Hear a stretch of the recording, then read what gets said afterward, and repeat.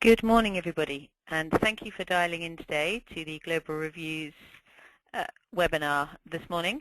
This morning we're going to be talking about our UK and Irish home and motor digital sales effectiveness research that has recently been conducted in those markets. We're going to be looking at the customer journey across buying and researching home and motor insurance across a variety of competitor sites in those markets. And we're going to be looking at the key pain that consumers find when they're going across that journey, from first coming to a website homepage through to getting a quote through to actually buying the product. So we're going to touch on say the home and motor insurance industries in the UK and Ireland in the Q3 research and what we've got going on going forward. So thank you very much for your attention this morning.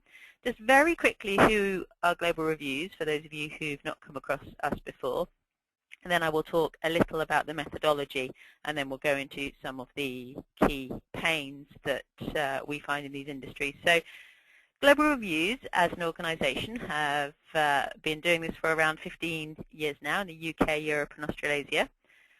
We're a leading international data analytics and advisory company across those territories. And our research looks across the discover, consider and act phases of research and purchase across a number of industries. So today we're going to be talking about car and home insurance, but we also deal with a number of other types of insurance across and many other financial services products such as mortgages, current accounts, savings. We also look at other industries such as retail, energy, sports betting across, say, a number of territories. So a lot of experience over those 15 years in a number of industries, both financial services and outside of financial services, also across both online and mobile. Again, what we're going to be talking about today is based on the desktop or the laptop, the sort of digital experience across those technologies. We also do this kind of methodology across the mobile device, but that's not specifically what we're going to be talking about today because obviously the benchmarks are slightly different. Really, as I say, we look at the marketing piece, the discover phase, so how do consumers find brands in these markets. That's an open screen study, blank screen study, where consumers are asked to go and find brands. And then we then look at the consider and act phases, which is what we're going to be looking at today in the digital sales effectiveness research that we're talking about. This looks at the experience that consumers have on brand websites in these markets and how they compare to each other. What does the peer group look like? And then, as I say, what are the key pains that come out of the industry, but also for clients, what are the key pains that come out for specific clients? Very quickly on the methodology, it's a lifelike methodology. Consumers are in their own homes when they do this research. It's a combination of both getting consumers to do the tasks across the journey on the website. They're asked to do a number of things, say, on a particular brand, asked to find the products, get a quote, go through the registration, go through the purchase process, and then ask a number of questions about what they've just done. We can track how effective they are. We can track where their clicks go. So we ask them, say, to do these tasks and how they feel about the experience, and also to rate the features and functions of the website. What we also then do is supplement that with a benchmark audit, a best practice audit conducted by Global Reviews experts based on, obviously, that 15 years of experience, our experience in setting best practice standards, but also on surveys of consumers that we conduct regularly. So these are in-market real consumers. They are in the market to buy this product or switch insurance in the next 3 to 6 months in their own homes. And as I say, that's then combined with a benchmark audit that is conducted by Global Reviews experts. So a typical digital sales effectiveness study, the car, the motor studies, will have something in the region of 500 individual data points across that journey that consumer will naturally take when looking to research and purchase the product. So those data points, as they come from consumers doing tasks, they're being asked a number of things about those tasks, but also that best practice audit conducted by Global Review's experts. So all of that data points roll up to around 64 sort of buckets of scores, 64 metrics across the stages of the consider and act phases of the deliberation process, which I'll just touch on again in a moment. They roll up to a customer experience score, which is a percentage, and we'll show you how everybody in the industry does in a moment. So they are, say, benchmark studies which have usually 10, 12, 14 brands in them. So as a brand, you can see how you do against your peers. It's obviously a competitor view across the industry. So when I say consider and act phases, what do I actually mean by that? So just to show you, again, those buckets that the data comes in so you understand what we're talking about as we go through.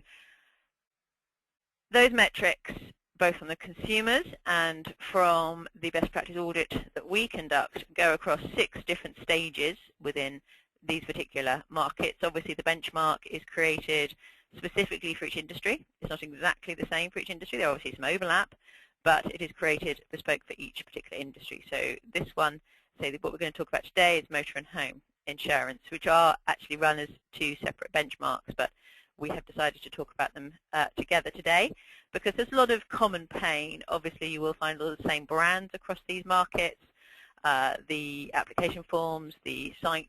There's an awful lot of similarity between them in these particular markets. So they are run as separate studies, but today we're going to talk about some of the key pains that are across those studies, say because of the overlap.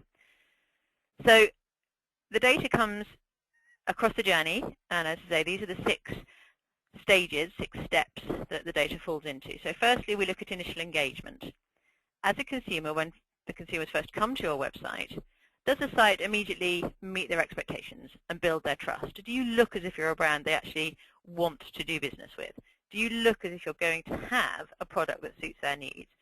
Now, this doesn't mean putting all the products on the homepage. It means just giving them enough information so they trust you and they think, okay, yes, this is worth spending a little bit of time going in, getting a quote, because I'm pretty sure this is a brand I would want to do business with. I trust them to be there when I make a claim. I trust them with my money. They will have a product that suits my needs. Other element here is accommodating returning prospects. So obviously this is a consideration purchase. We're going in, perhaps we get people getting a quote, coming out again, coming back again. Can they save that quote? Is there any capability on the site to take them straight to the pages they were looking at previously? So to reduce the amount of time it takes them to do a piece of research they, as far as they're concerned, they've already done.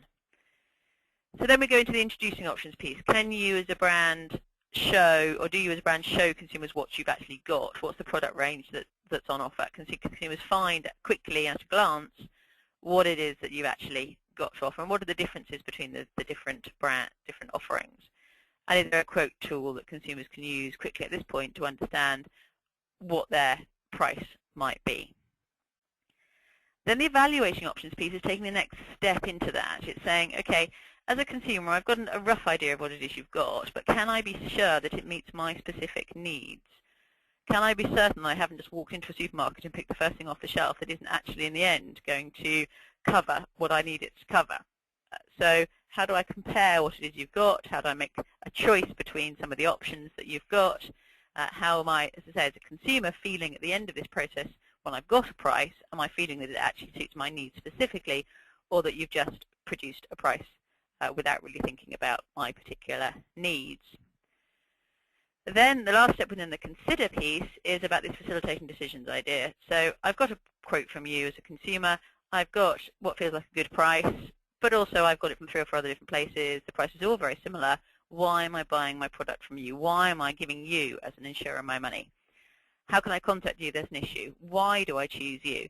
And how can I do some sort of external comparison to understand what it is that's different about you? And that doesn't have to be an external comparison explicitly on price on the website, but it could be information that just helps consumers remember that you are a cut above the others, you are different, you have external validation, for example, awards, best service awards. It could be your phones are answered 97% of the time within 30 seconds, or something that just says, okay, this is a company that ultimately I will do business with, even though I've got 4 or 5 different quotes that are very similar.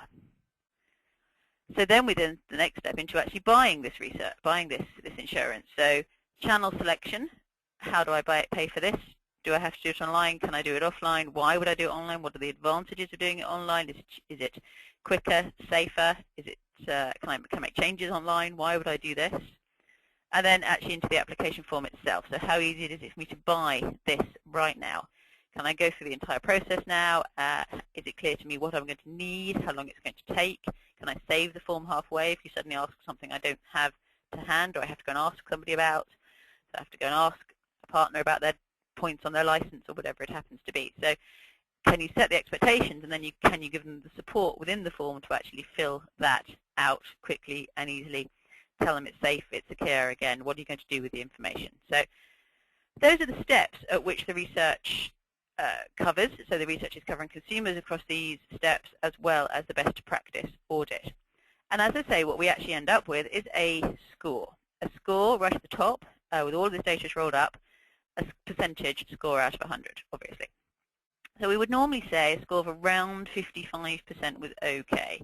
It meant you were basically meeting consumers' needs in the process. No bells, no whistles, not doing everything you could do to keep them happy, but sort of basically doing an okay job. I would also say at this point, actually, the score for the brands is actually almost the least important piece. What's actually important is when you drill down to it, why is it the score that it is? What can you do about it to start tweaking that score to increase it, to increase the customer's experience, and to increase the chances of them actually then ultimately buying from you. So let's see some TICE-level scores for the motor and the home industry. The research we're looking at today is very recent. It was done sort of August, September this year, so Q3 14 research. There are a lot of brands in this. I'm not going to spend hours this morning going through each of these pieces of data. If you're interested in the presentation, please do let me know at the end, or you're very happy to have a copy of it. But just to show you the breadth of the scores we have here, right from 26 up to 58. It's the same with home because of the lack of online application form within a couple of brands. So a couple of things to say. It's actually so we've got a lot of brands in this particular case across UK and Ireland. We go from a high of around 58. So LV just above that 55%. So doing an okay job. There's some pieces where LV do very well, but still not stellar. I mean, still not right up there. There's a lot of headroom still, even in the top brands we're seeing here. It's also a pretty close bunch. I mean, actually, between sort of FBD and LV, you've only got 11 percentage points. Some clients we've worked with have seen increases of 5, 6, 7% between waves. The research normally done on a 6-monthly basis, so it's entirely possible that brands can make quite a good leap just in those 6 months with some of the actionable pain that we're going to look at. So got a close bunch, but it wouldn't take much for some of these to start moving up, to start leapfrogging their competitors. It's obviously a very competitive market in the marketing effectiveness pieces we do, the DMEs. We see that research is incredibly fragmented. We see that shortlisting, people shortlist a lot of brands, so it's obviously very competitive. So we've got a market in which the brands, we do have 1 or 2 that are sort of making a little bit of a stretch out the top, but actually, as I say, it wouldn't take much for a lot of these other brands to start getting up there as well. And to be honest, that's roughly what we see within the home research we do as well. Again, number of brands in here, lower marks thanks to online application through to sort of 57%, which is the top here, pretty much on a par with what we're seeing within the motor.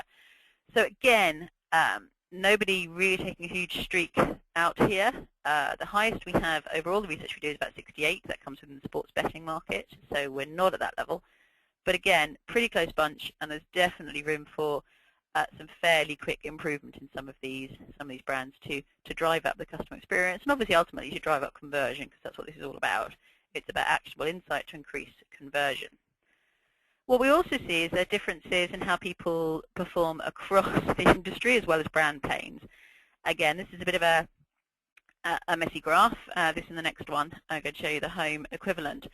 Really just again to show you that there are industry pains and industry places, obviously, where there's been a lot of investment.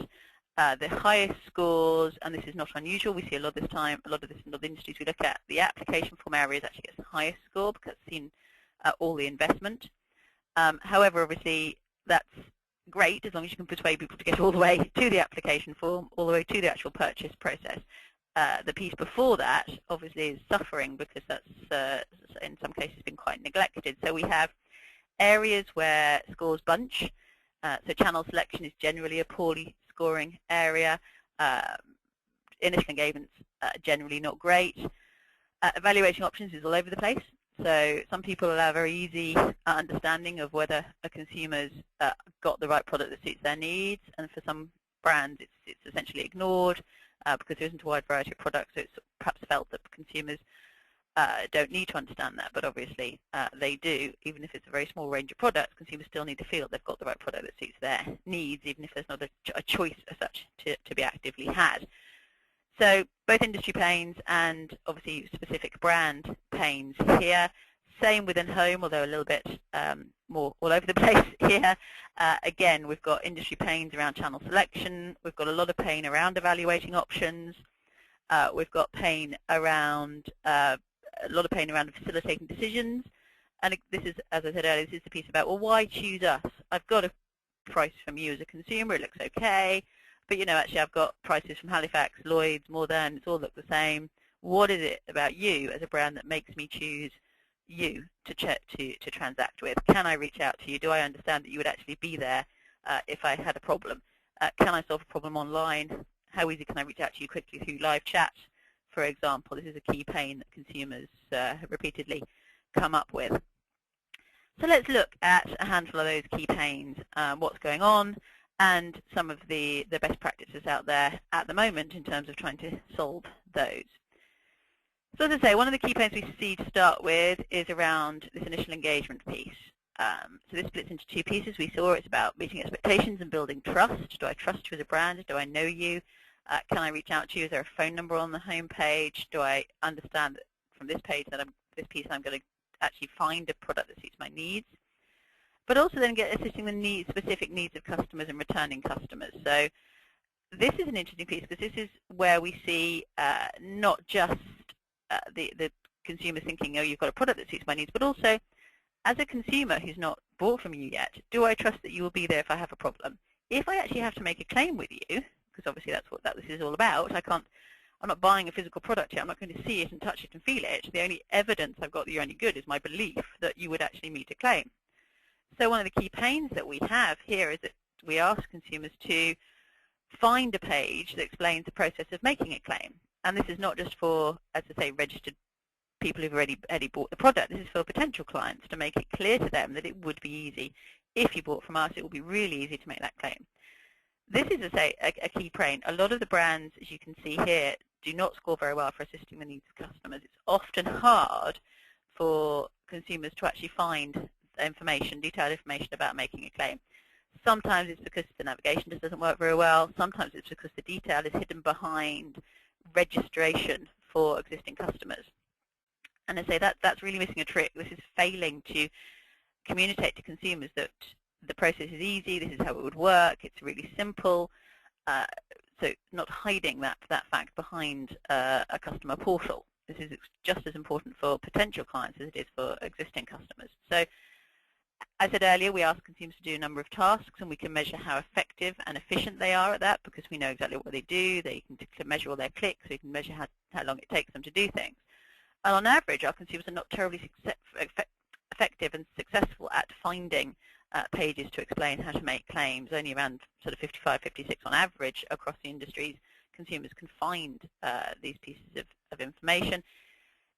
It takes a fair amount of time, which obviously bleeds into the satisfaction. It's very low satisfaction in this particular task. So generally speaking, the problem is finding where to start looking is not easy. The details may actually be there, and a lot of times they're buried somewhere, but consumers just coming to the home page, coming to make a decision as to whether to go and spend any more time with you, simply can't find it.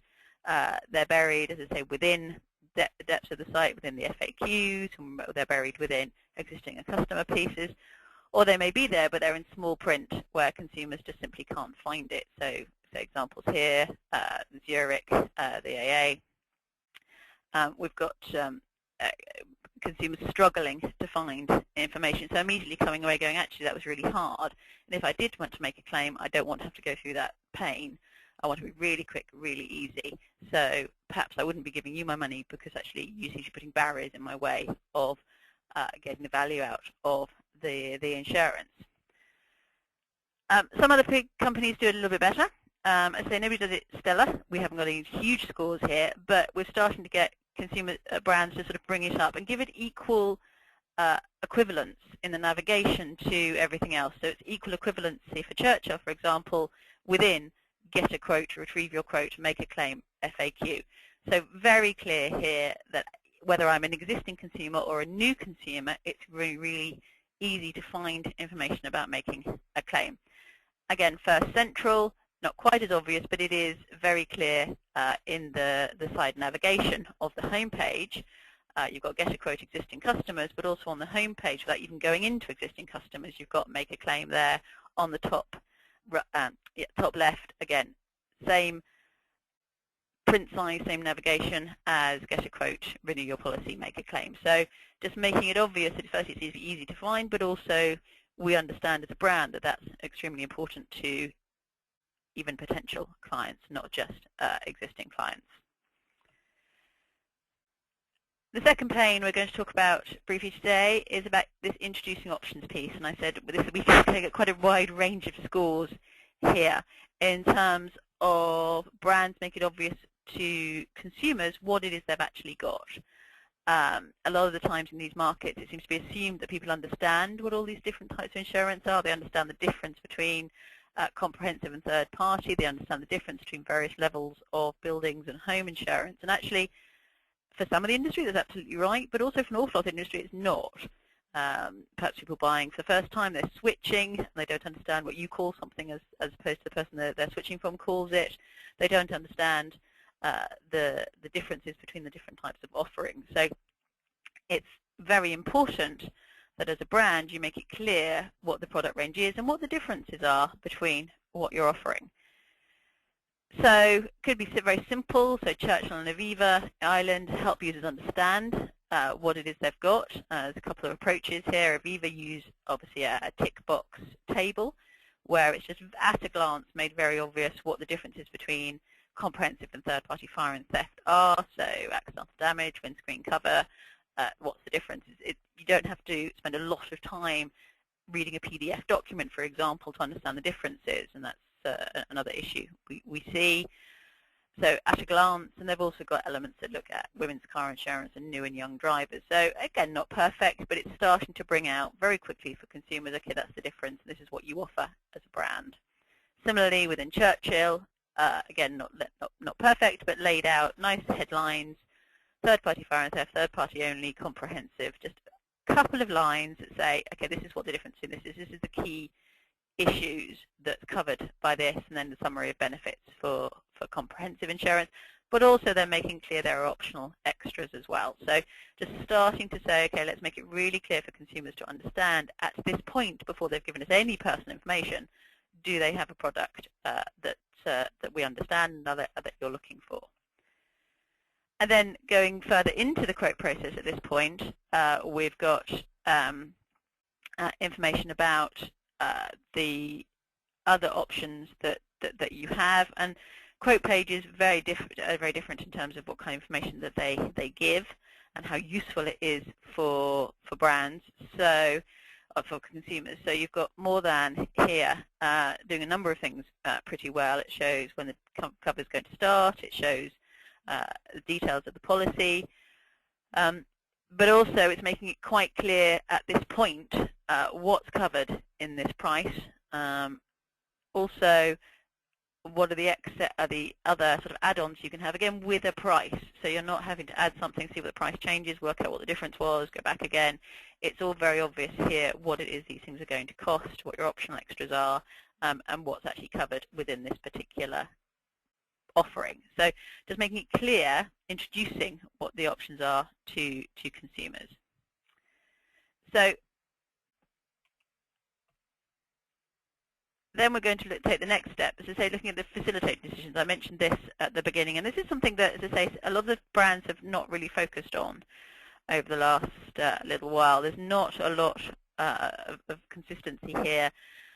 Often we see very little why choose you as a brand. So what is it that makes you different?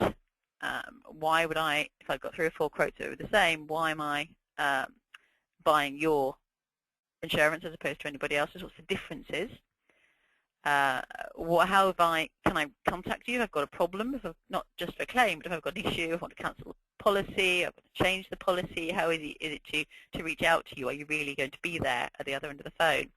But also this idea about external comparison. So how, as a consumer, can you make it easy for me to make that external comparison to understand, again, what's different about your offering versus all the other brands in the market?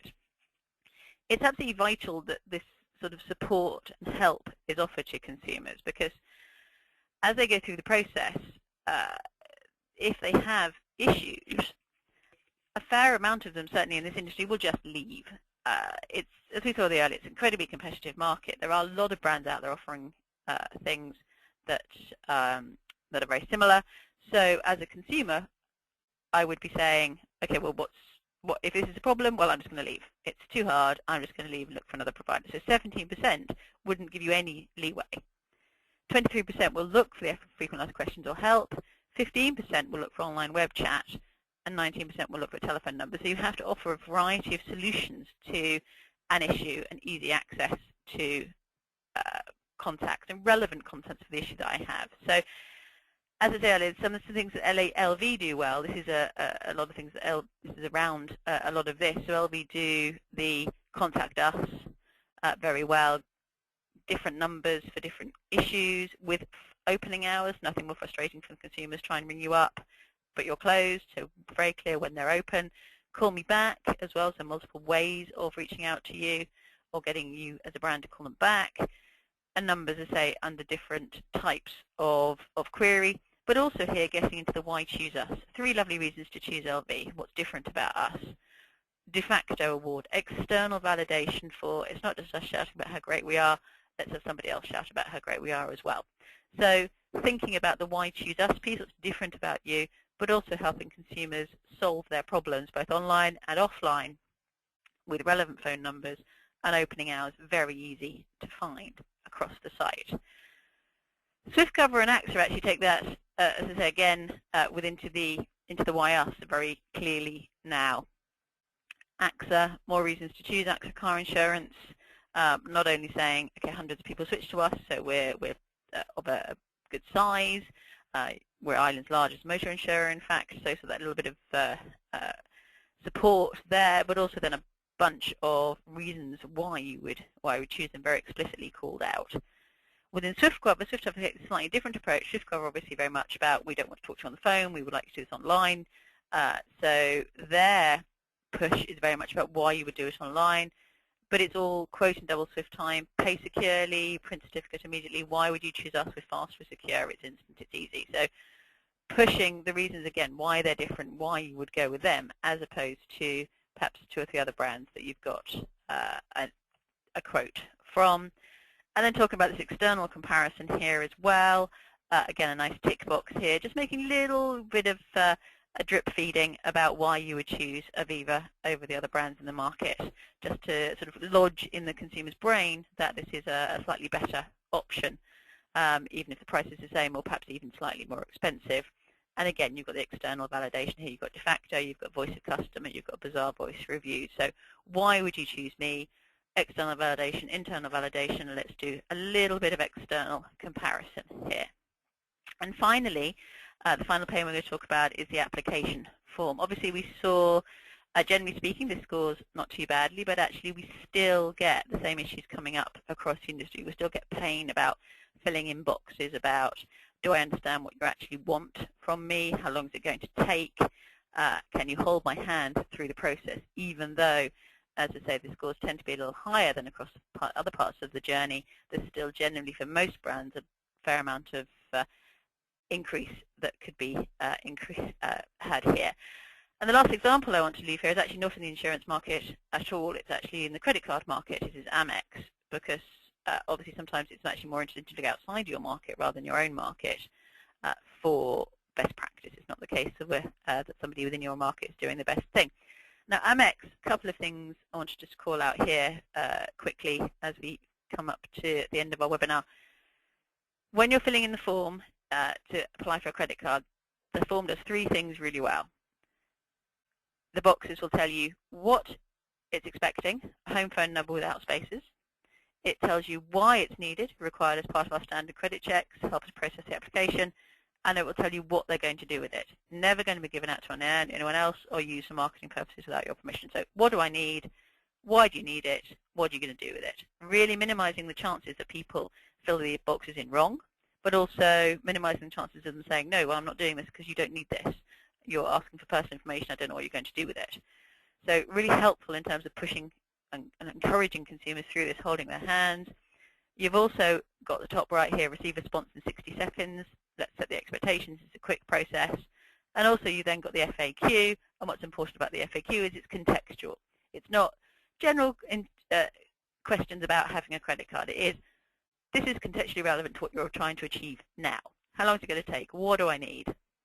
Is it safe? Is it secure? What are you going to do it for? So the genuinely most important questions for consumers at this point, contextual within the process. So again, very much aimed at not taking consumers out of the process. Let's get your questions answered. Let's encourage you to finish and go through all the steps here, receive a response in 60 seconds, and then this tedious process you didn't want to do in the first place is all finished and all done.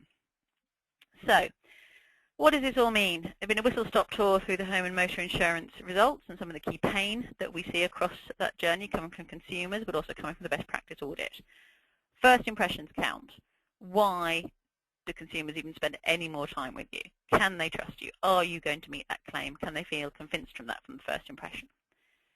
Can you show them quickly that you're going to have something that meets their needs? Don't patronize them, but also don't make the assumption that they know what they're doing. Give them a helping hand, even with the simple stuff.